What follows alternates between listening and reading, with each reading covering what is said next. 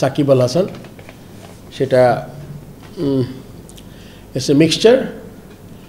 আজকে আপনারা সবাই অনেকে নিউজ করেছে বাংলাদেশ ক্রিকেটের এক মোর দেন এ লেজেন্ড, সে একটা দুটা ফরম্যাট থেকে বিদায় নিতে চাচ্ছে।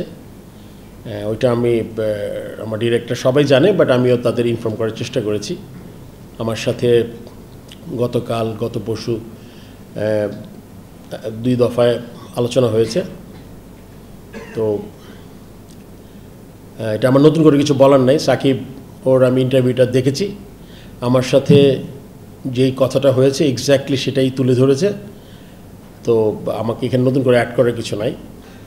আমি তো আসলে কোনো এজেন্সি না, আসলে পুলিশ বা র্যাব, এটা আসলে এটা আমার হাতে না, আমার বা বিসিবির হাতে না। আসলে এটা আসলে পুরা ওই গভর্নমেন্ট লেভেল থেকে আসতে হবে। ওই নিরাপত্তা 2 রকম, একটা হলে কি আপনার ক্লিয়ারেন্স ফ্রম জানি না, ও হয়তো বলেছে, আর আরেকটা হলো গিয়ে আপনার মনে করেন আমাদের স্পেকটেটরও আছে, সেই ব্যাপারটা তার ডিসিশন নিতে হবে। এটা আসলে আমরা এটাতে তেমন পার্ট হতে পারবো না। আসলে এটা আমি এই মুহূর্তে আমরা কিছু বলতে পারবো না বোর্ড থেকে আমরা কী করতে পারি, বিকজ আমরা তো আসলে এরকম একজন ব্যক্তিগত মানুষকে নিরাপত্তা দেওয়ার মতো আমাদের নাই, মানে কী বলবো, অ্যাবিলিটি নাই আর কি বোর্ড।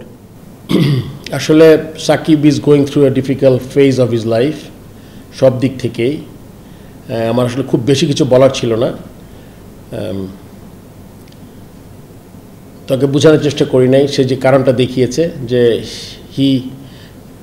একটা প্লেয়ার যখন বুঝতে পারে যে একটা টাইম মনে করে যে সে যেই জিনিসটা করেছে এত বছর, সে মনে করেছে শর্টার ভার্সনে রাইট টাইম, যে অন্য জায়গায় যে নিবে তার জন্য এনাফ অপরচুনিটি ক্রিয়েট করা।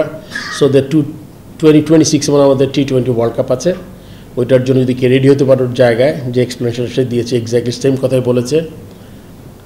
টেস্টের ব্যাপারে সে খেলতে চেয়েছিল, যেটা ঢাকা থেকে সে করতে চায়, এটাতে আমি সম্মান জানিয়েছি। তখন এটাও কথা হয়েছে যে তাকে মানে ওই লেভেল থেকে তার কেসের ব্যাপারে কী হবে না হবে এটা আমি বলেছি যে এটা আমাদের তেমন কিছু করার নাই, মানে অ্যাজ এ বোর্ড। বাট পুরোপুরি ওই জিনিসটা আছে যে ও যদি এখান থেকে লাস্ট টেস্টটা খেলতে পারে ওর মতে, আমি বিশ্বাস করি যে নাথিং লাইক ইট।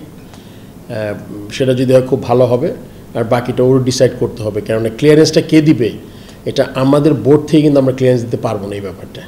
এটা অবশ্যই আপনার একদম উচ্চ পর্যায় থেকে আসতে হবে।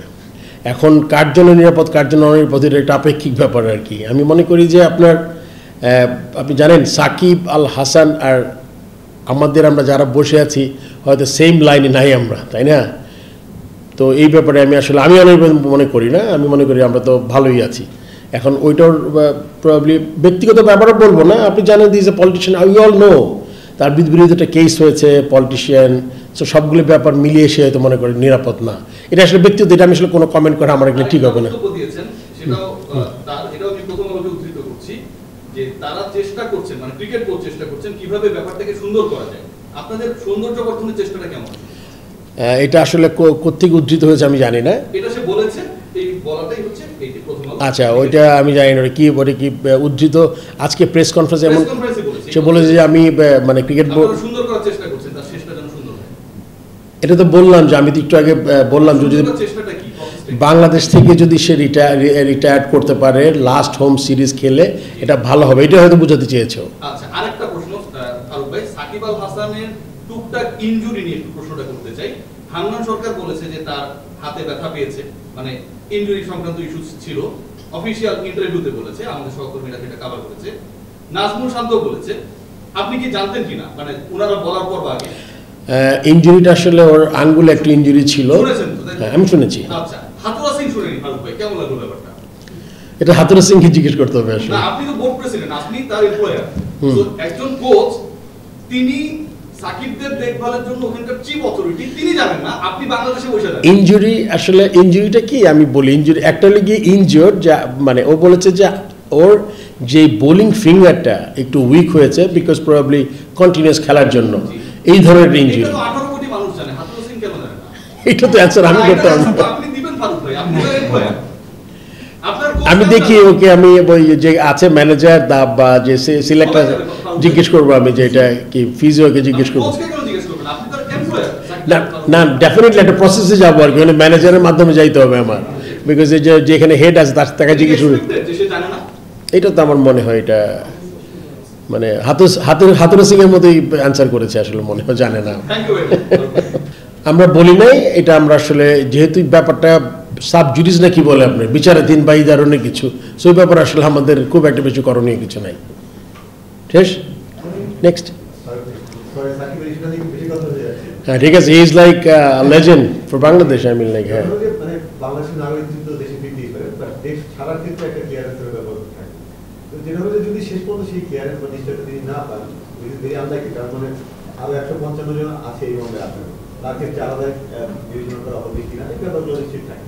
তো যদি তিনি সেই নিশ্চয়তা না পান, আসতে না পারেন, সেক্ষেত্রে আপনাদের ভাবনা কি বা আপনারা কি ভাববেন, কি করবেন? সেক্ষেত্রে তো এই মুহূর্তে তো আসলে কিছু ভাবার নাই আসলে। ও যদি আসতে পারে, ও ইচ্ছা পোষণ করেছে, লাস্ট টেস্ট খেলতে চায় ও, ওইটা তখন ওই সিচুয়েশন যখন অ্যারাইজ করবে তখন আমরা এটা নিয়ে চিন্তা করবো। এই মুহূর্তে আসলে এটা এত আগে চিন্তা করতে চাই না। ইনজুরি না, এটা তো বললাম যে একটা যে বোলিং ফিঙ্গারটা আমরা দেখেছি সাকিব যেরকম বল করে লাস্ট টেস্টে, তা আপনি খুশি আছে সাকিব বোলার হিসেবে খুশি ছিলেন? বল হাতে ছুটে যাচ্ছিল, ও তো ইজ ভেরি ইন্টেলিজেন্ট, হ্যাঁ, ও জানে, ওর সবচেয়ে ভালো জানে ওর কী অবস্থা। তো ও মনে করেন ওর হাতটা বলছে যে বল করতে তো যে বোলিং ফিঙ্গারটা উইক হয়ে গেছে, he needs to do some strengthening programme.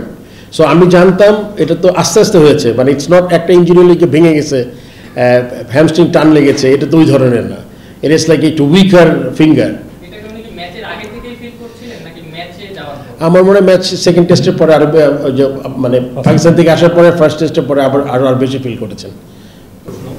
তাহলে কি বাংলাদেশের ক্রিকেটে সাকিব আল হাসানের প্রেজেন্সটা আরেকটু লম্বা হতো কিনা, মানে আপনার কাছে যদি বোর্ড সভাপতি হিসেবে বলেন বা সাবেক ক্রিকেটার হিসেবে যদি বলেন, যদি এই প্রেক্ষাপটটা এরকম না হয়?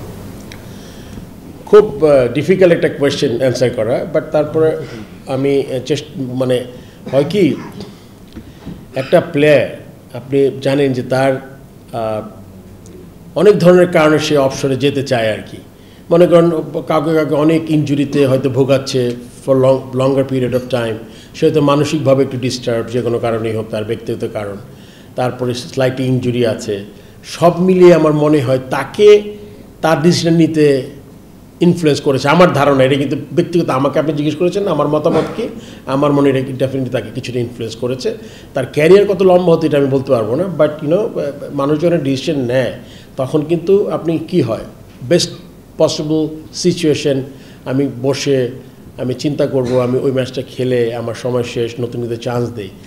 এটার সাথে কিন্তু সাকিবের সিচুয়েশন হয়তো একটু ডিফারেন্ট, বাট এটা অ্যান্সার সাকিবই বেটার করতে পারবে। বুঝতে পেরেছি মনে হয় আপনাকে।